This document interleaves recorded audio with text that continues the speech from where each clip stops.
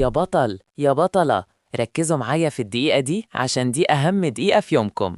انت خلصت مدرستك وماشي مبسوط ونزل تدور على ماما أو بابا أو الباص.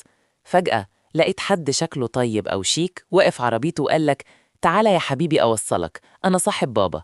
أو تعالى، ده ماما تعبانة وقالت لي أجيبك. هتعمل إيه؟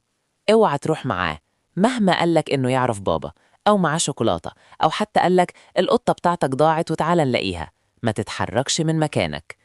كلمة السر: دايما خلي بينك وبين بابا وماما كلمة سر محدش يعرفها غيركم. لو الشخص ده مش عارفها يبقى كذاب فورا. المسافة أمان. لو حد قرب منك زيادة أو حاول يمسك إيدك، اصرخ بأعلى صوتك وقول سيب إيدي أنا معرفكش. خلي الناس كلها تسمعك. المكان الزحمة. لو حسيت إن حد ماشي وراك، اجري بسرعة على مس في المدرسة أو عمو أمن البوابة أو أي محل فيه ناس كتير. افتكر دايما، أنا بطل ومحدش يضحك عليا. ما بركبش مع حد غريب، وبستنى بابا وماما في المكان اللي اتفقنا عليه. احنا بنحبكم وعايزينكم دايما في أمان. يلا شنطتك في ظهرك وعينك في وسط راسك، ومنتظرينكم ترجعوا البيت بالسلامة.